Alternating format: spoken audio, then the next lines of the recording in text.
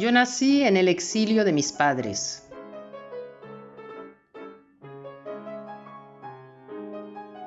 Y en el de mis abuelos.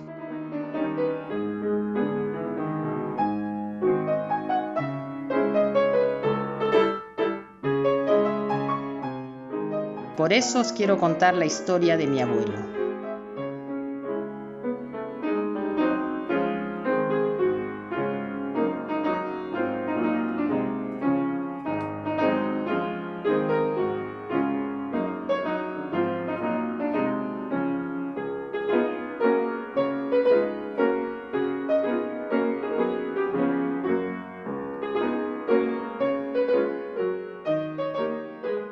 Avergonzada, tiro de la manga de mi abuelo que ha venido a buscarme al colegio. Pa, habla bien.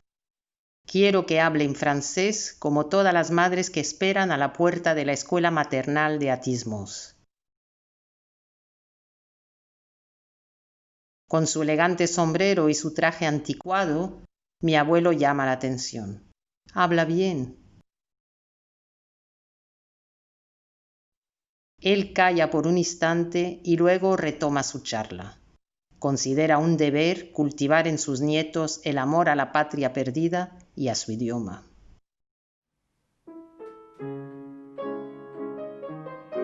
Cuando en los años 60, con pasaporte mexicano y visado, puede por fin regresar a España de visita, me trae de vuelta en la maleta novelas de Salgari que no leo.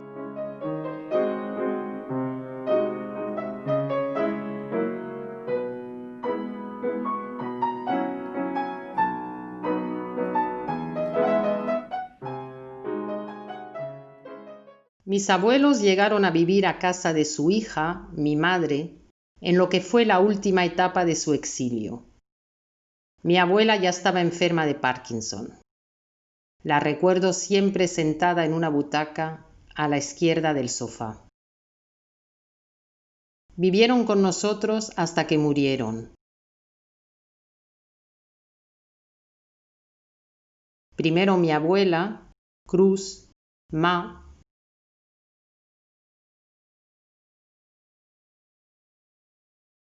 y unos años después mi abuelo Patricio, Pachi, Pa. Pachi murió de cáncer en Madrid, en lo que resultó ser su último viaje a España.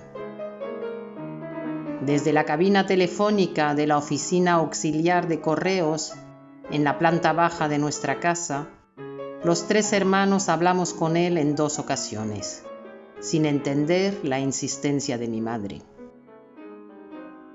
En cuanto pudo viajar a España, mi madre cargó en el coche los restos de mi abuela y los llevó hasta Madrid, para que reposara en el cementerio civil junto a su esposo, en la tierra patria.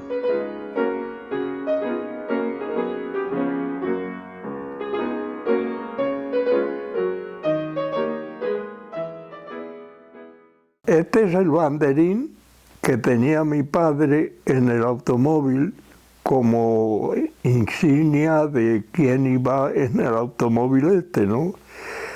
Que es el banderín en donde está en esta parte la torre del Cuerpo de Ingenieros del Ejército y en la otra parte que enseño ahora mismo, abajo 4 estrellas de 3 puntas, que era el mando. Mi abuelo era militar, del Cuerpo de Ingenieros.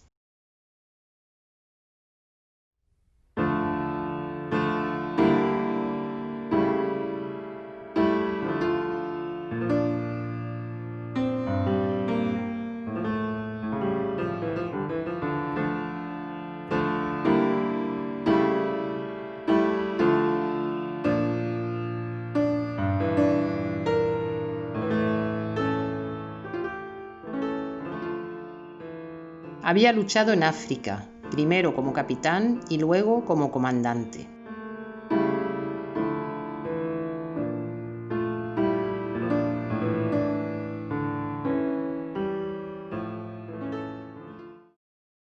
Allí convivió con los generales que luego se sublevaron contra el gobierno de la República, a los que despreciaba por su incompetencia profesional y su conducta personal. En 1932 se acogió a la ley Azaña que permitía a los militares retirarse con buenas condiciones y trabajó como ingeniero civil, su verdadera vocación. Fue colaborador de Blas Cabrera y del general Herrera, con los que conservó la amistad toda la vida.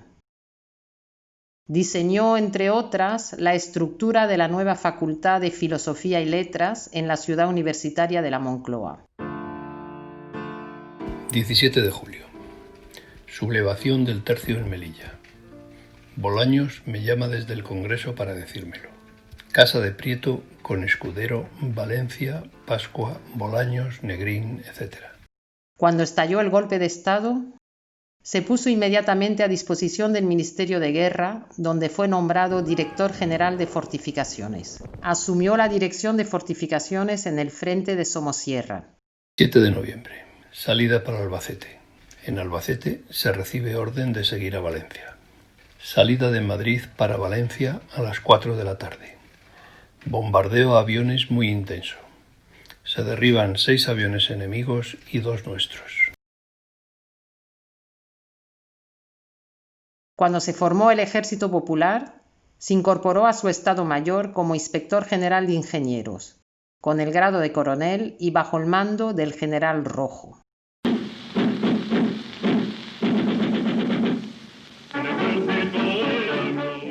En la batalla del Ebro, la última gran ofensiva del Ejército Popular, dirigió la construcción de los pontones que permitieron a las tropas republicanas cruzar el río.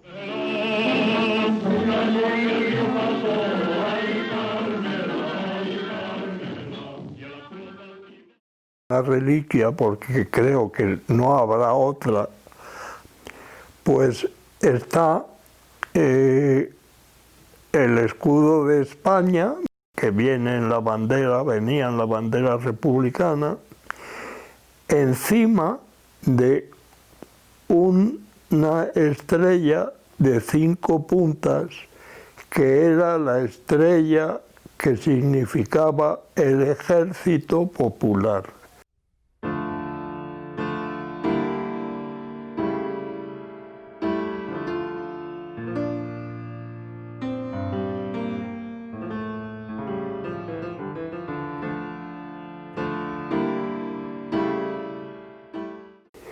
Mi padre tenía muy claro la situación del ejército, porque lo conocía por formar parte del Estado Mayor, y sabía que ni llegaban armas, ni se esperaba que llegasen armamento en general, no solo armas, sino también pues cañones o medios de guerra, y no digamos de aviones.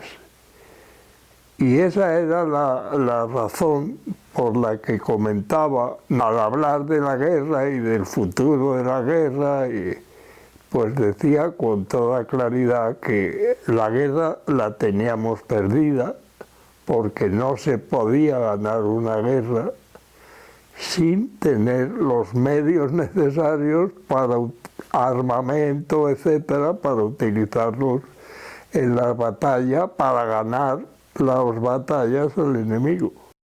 Pero al mismo tiempo decía, es necesario continuar la guerra hasta el final, porque es necesario hacer la guerra en contra de Franco y del fascismo y todo lo que representa eso.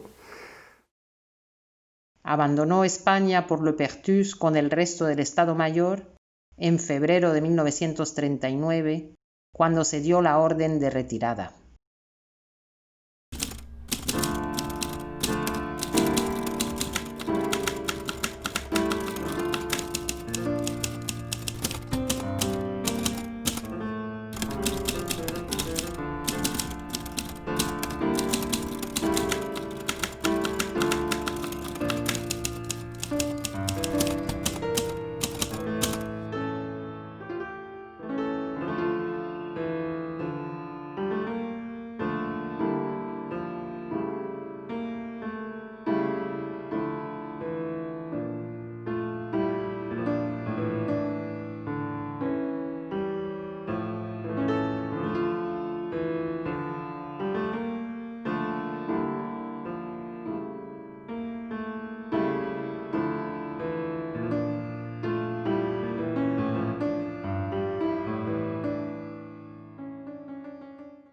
Tras la retirada, Patricio se reencuentra con Cruz en Perpiñán, donde el agregado militar de la embajada francesa le expide un permiso de residencia para toda Francia, excepto los Pirineos Orientales.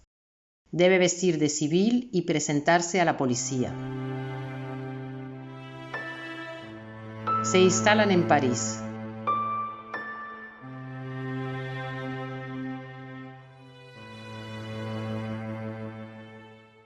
Pachi colabora con el Servicio de Evacuación de Refugiados Españoles, el SERE.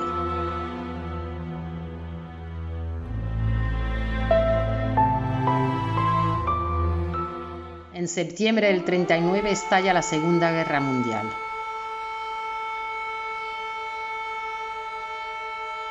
La situación de los refugiados españoles en Francia se hace cada día más difícil. El 26 de febrero de 1940, gracias a un visado especial que sus compañeros de armas refugiados gestionan con el gobierno mexicano, Pachi y Cruz abandonan Le Havre hacia México vía Nueva York, con otros 30 refugiados.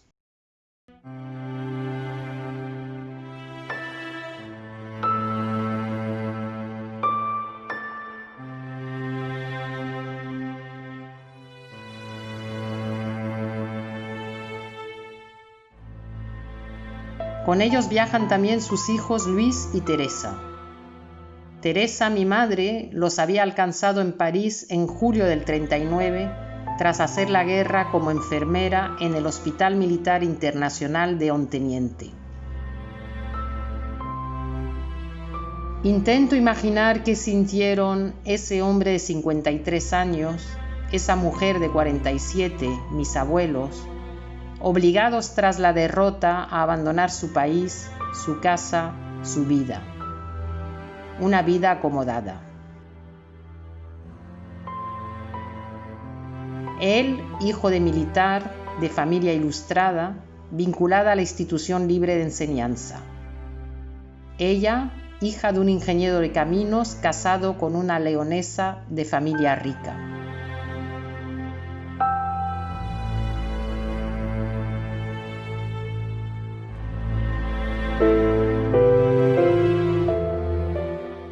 Cuando Pachi buscaba trabajo en México y le rechazaban por viejo, retaba. Mire usted, si quiere, yo le echo a usted una carrera de aquí a donde quiera y seguro que le gano. Porque mi padre decía que estaba en forma, aunque en México correr no es nada fácil por la altura de 2.200 metros. Montó con otros refugiados, antiguos compañeros de armas, una empresa de ingeniería, pero no supo adaptarse a las mordidas que regían las adjudicaciones del gobierno mexicano.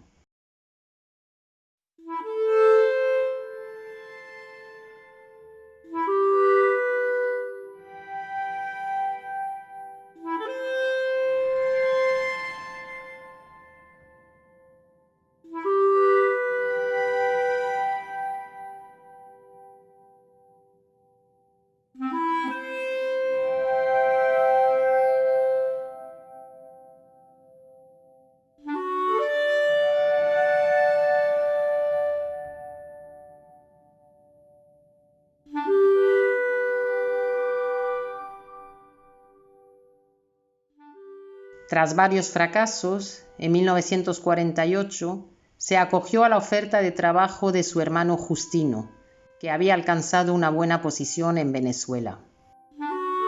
Ahí trabajó como ingeniero y vivieron con relativo acomodo.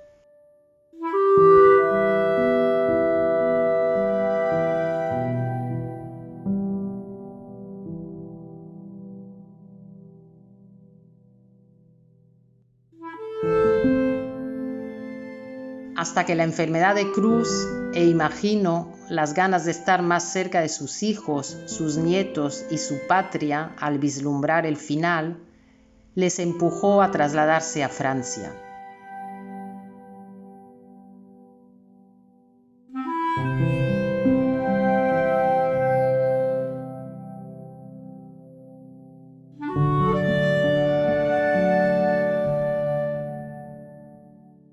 Mi padre siempre contaba que cuando hacía guardia en Palacio, como hacían todos los jefes de la guarnición de Madrid durante, creo que era una semana, pues el rey, que le conocía sin duda, por mi abuelo, Cayo, que también era militar, coronel, le preguntaba: Pachi, ¿y tú de qué partido político eres? Y entonces mi padre dice que siempre le contestaba: yo, del de la oposición de Su Majestad. Era miembro del Partido Socialista y de la UGT, primero en el Sindicato de Oficios Varios y luego en el de la Arquitectura e Ingeniería, del que fue cofundador. No se callaba tampoco ante los suyos si veía lo que consideraba una injusticia o una arbitrariedad. Mi padre tenía una cualidad, yo creo, buena, aunque no siempre era oportuna, pero era decir la verdad cuando le parecía algún hecho realmente absurdo o tonto. Entonces, en una ceremonia que se celebró en la Godella, que era donde estaba el pueblo, en Valencia, donde estaba la escuela de ingenieros, de militares ingenieros del Ejército Popular, pues en un banquete, supongo que sería muy poco abundante, porque en la guerra no había comida, pero bien, mi padre dijo: hombre, anteriormente las ceremonias de este tipo se organizaban bastante mejor. Allí estaba el secretario de personal del ministerio. Entonces le dijo a mi padre: coronel, tendré que dar parte de lo que ha dicho usted. Mi padre se indignó y le dijo: mire, no dé usted parte, dé todo, cuente todo, no parte. En marzo de 1942 puso su experiencia militar a disposición de la Embajada Soviética en Washington en una carta cuyo borrador conservo. Objeto de la carta. Obligación ineludible de todo antifascista luchar contra Hitler en la actividad en la que sea más eficaz. La guerra se resolverá en Europa y por tanto allí es donde hay que hacer el mayor esfuerzo y prestar la mayor ayuda, y más concretamente en el frente soviético, mientras no se establezca el frente occidental. Plena fe en la derrota de Hitler, pero necesidad y obligación de tomar parte activa, que se acusa más para los españoles republicanos. En 1944 renunció a su trabajo de traductor para la Oficina de Información Aliada en México, en protesta por el apoyo a Franco manifestado por Churchill en un discurso. Unas traducciones que representaban unos ingresos importantes para la economía familiar. Ahora bien, para mí Franco y todo lo que representa es el mayor enemigo de España, el que mayor daño la ha hecho y sigue haciéndola.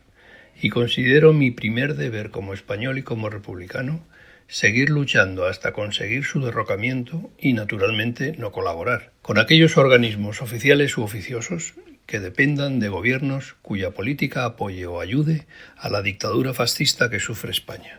Pongo, por lo tanto, en su conocimiento que desde hoy renuncio a la traducción de artículos en inglés que tan amablemente me han facilitado ustedes durante 2 años. Y que sinceramente agradezco.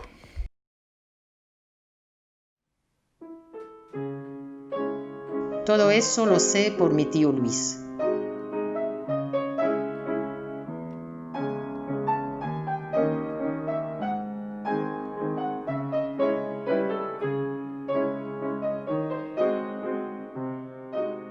Luis, enséñala que se vea, ponla en vertical, si no, no se ve.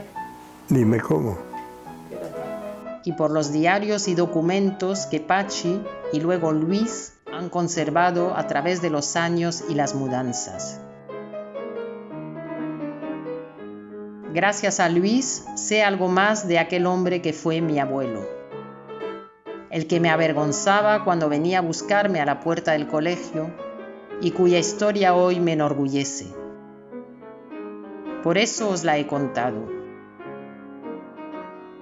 Y porque su vida, como la de tantos hombres y mujeres que lo perdieron todo por defender la legalidad republicana, merece ser recordada.